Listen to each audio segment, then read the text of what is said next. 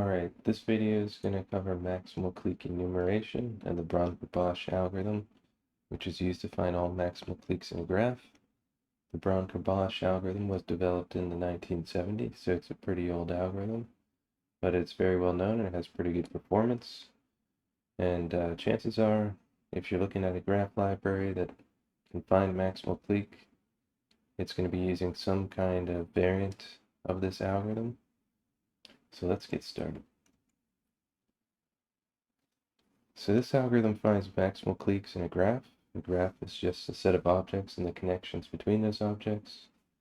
Formally, it's given by two sets, a vertex set and an edge set.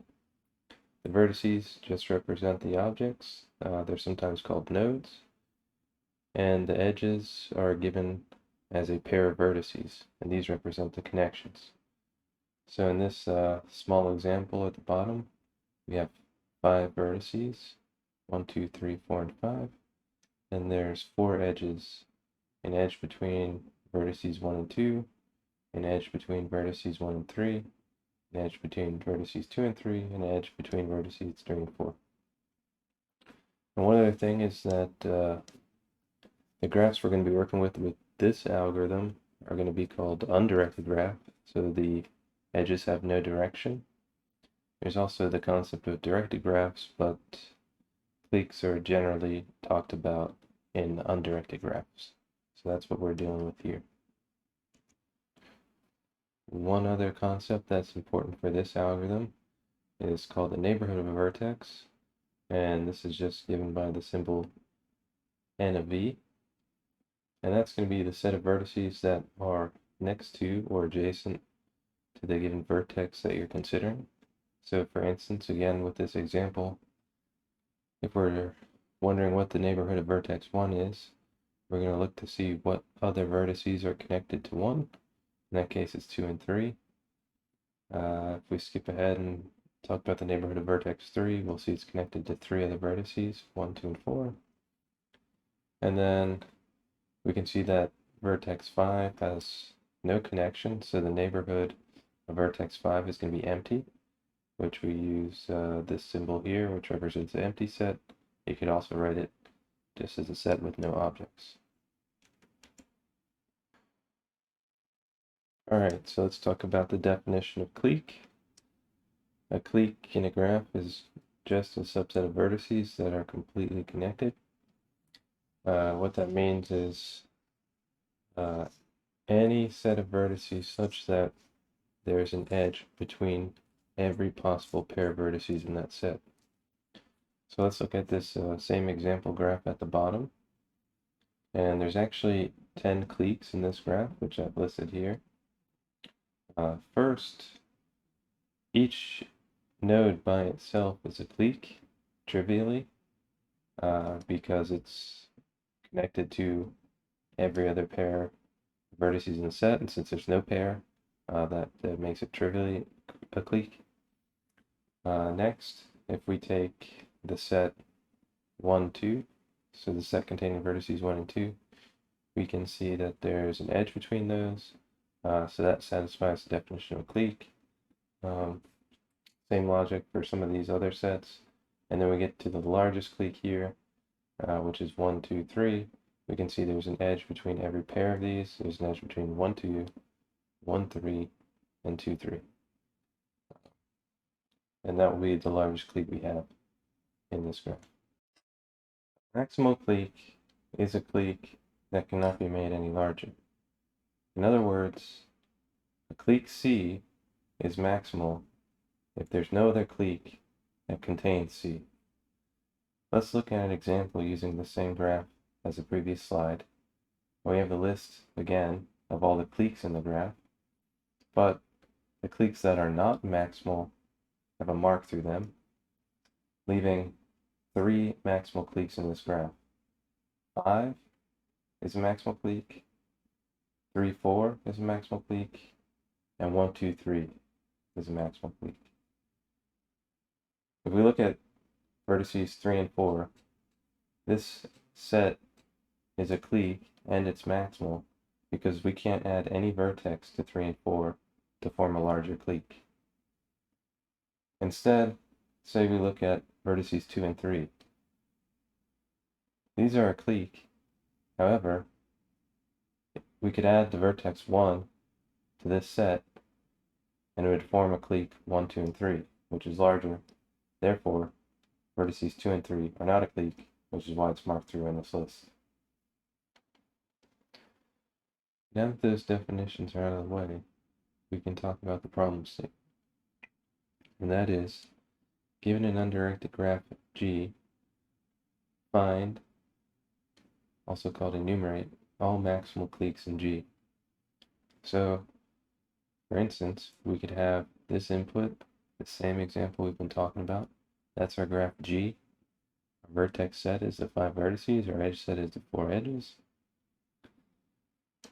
And the output of that would be all the maximal cliques in G, which we discussed in the previous slide. That's 3 different maximal cliques, 5, 3, 4, and 1, 2, 3. And the Bron-Kerbosch algorithm is used to get from this input to this output. Okay, so let's look at the BK algorithm for finding maximal cliques. We're going to look at 2 versions of the algorithm. The first is a simpler version, and then we'll look at a slightly more complex version once we understand the simpler version. So here's the pseudocode for the simpler version. You can see that we're defining a BK function, which takes 3 arguments as input. There are several lines of logic to that function. And then at line 2, you can see we're invoking that function. And line 2 is how you invoke the BK function to find all maximal cliques for an input graph G that has a vertex set capital V. Take a look at this algorithm in a little bit more detail. So the first thing I'll point out are the 3 input arguments, R, P, and X. And these are 3 sets. Each is a set of vertices. The set R is going to represent the current clique that's being built up. So really the way this algorithm works is it builds up a clique 1 vertex at a time, making sure that the vertex we add to the clique is a valid vertex. The set P is going to represent the candidate set of vertices. These are vertices that we could potentially add to R to make it a larger clique. And X is going to be an exclusion set. These are vertices that we've already processed, and if they're adjacent to our current clique R, then that means R is not maximal, and it's a subclique of something that we've already output, so we do not want to output it. The other thing I've marked here is that this is a recursive algorithm. You can see on line 1.2.1, we're invoking the BK function again. I also have a note that this is a backtracking algorithm. What that means is that once this gets to a state where we can't find the clique, it backtracks out and goes to a previous state. So there's nothing more to enumerate in that case. So the way we'll explain this algorithm is by looking at an example 1 step at a time. But to do that, we're going to talk about states in the search space. And the search space is really just going to be all the states that this algorithm looks at to find maximal cliques. And each state can be represented just by the 3 input arguments, R, P, and X. And you get a state for each call to the BK function. So for every recursive call, we'll have a new state in the search space. And pictorially, I'll represent this as a square with the 3 sets listed in the square. So the initial state, which is from line 2, is shown on the right. So we're invoking the BK function with R equals an empty set, P equals the entire vertex set V, and X equals an empty set. And you can see this represented as a state on the right. So we're going to use the same example graph we've been using throughout this presentation, which you can see on the bottom left. you can see our initial state at the top right. So in this case, P, the candidate set, which is all the vertices in the graph, are the 5 vertices that are listed here. Now, let's look at what happens when we call the VK algorithm at line 2 with this setup here shown in the initial state. In this case, we get to line 1.1, P and X are not empty, so we do not output R. We get to line 1.2. We loop over each vertex V and P, and we recursively call the BK algorithm. So let's see what we'll call the BK algorithm on in this state. We're going to add V, so let's say we take vertex 1 from P. So we're going to add 1 to the set R. We're going to look at the common vertices between the current set P and the neighborhood of 1. In this case, the neighborhood of 1 is just vertex 2 and 3. And then we're going to look at the intersection between X and the neighborhood of 1. Well, X is the empty set, so the intersection has to be the empty set. So when we make this recursive call, we end up calling the BK algorithm on the set R equals just the set containing vertex 1. P is going to be the set containing vertex 2 and 3, and X is still going to be the empty set. So now, at this point, we get back to 1.1 with these input parameters. P and X are not empty, so we get the same loop we were just at. This time, P is just going to be the vertices 2 and 3. So let's take V as 2 and repeat the process. We get to line 1.1 again. P is not empty. There's only one element in P now, that's 3. So the next invocation of the BK function is going to be with R as 1, 2, and 3, and P and X are empty. So now you can see when we get to 1.1, P and X are empty, so we're going to output R. That's why I've circled this state in green. That means vertices 1, 2, and 3 are a maximal clique. Once we've output R, that call to the BK function is finished, so we pop back to the previous state. In this state, we've already processed only vertex and P, so that this call to the BK function would also finish and we pop back to the previous state. So now we're back in this state where R is 1 and P is a set containing 2 and 3. And we've called the BK function where V equals 2. And that's what caused this chain below. So now we're at lines 1.2.2 and 1.2.3. And these are the only lines we haven't explained yet, so let's look at those. So in this case, we have V equals 2. And what we're going to do is we're going to update this set P by removing 2 from the set P. If you recall, P is the candidate set of vertices. This makes sense because we've already processed vertex 2.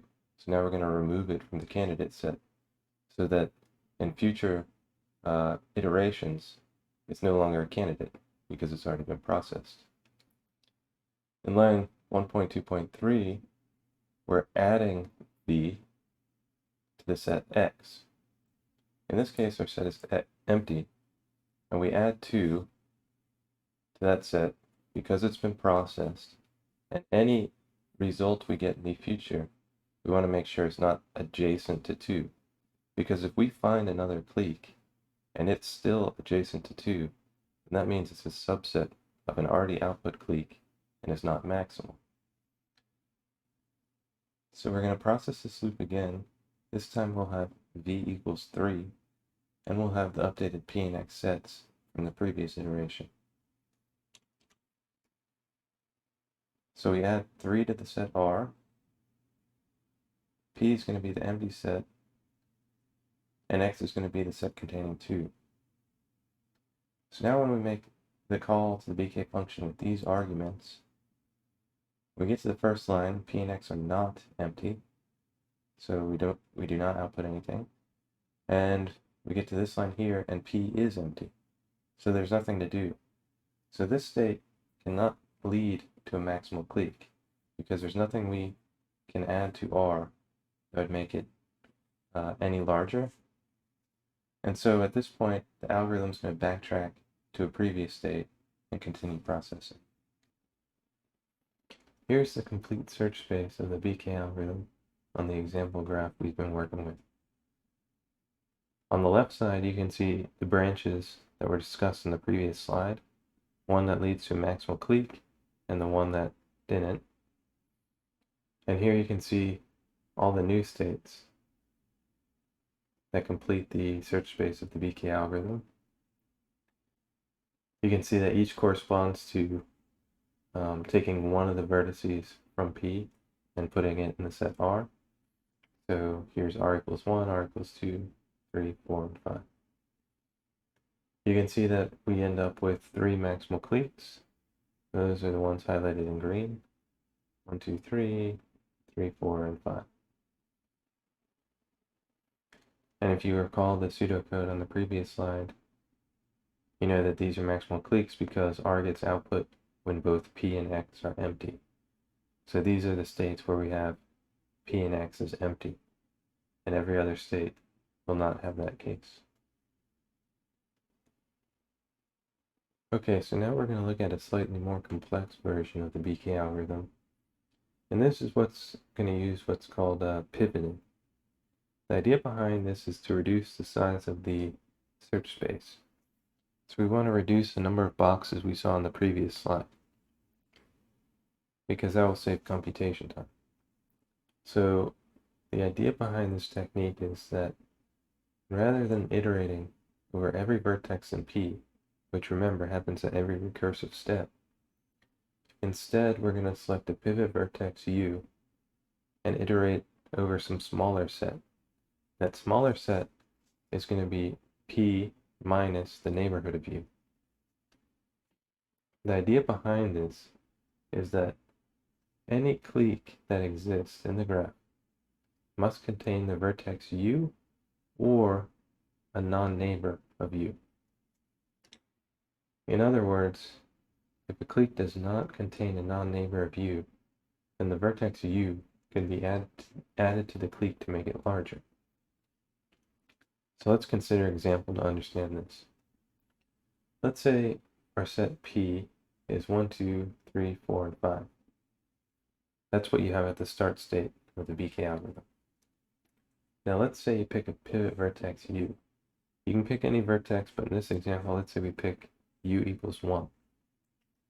Then P minus the neighborhood of 1 is going to be the set 1, 4, and 5.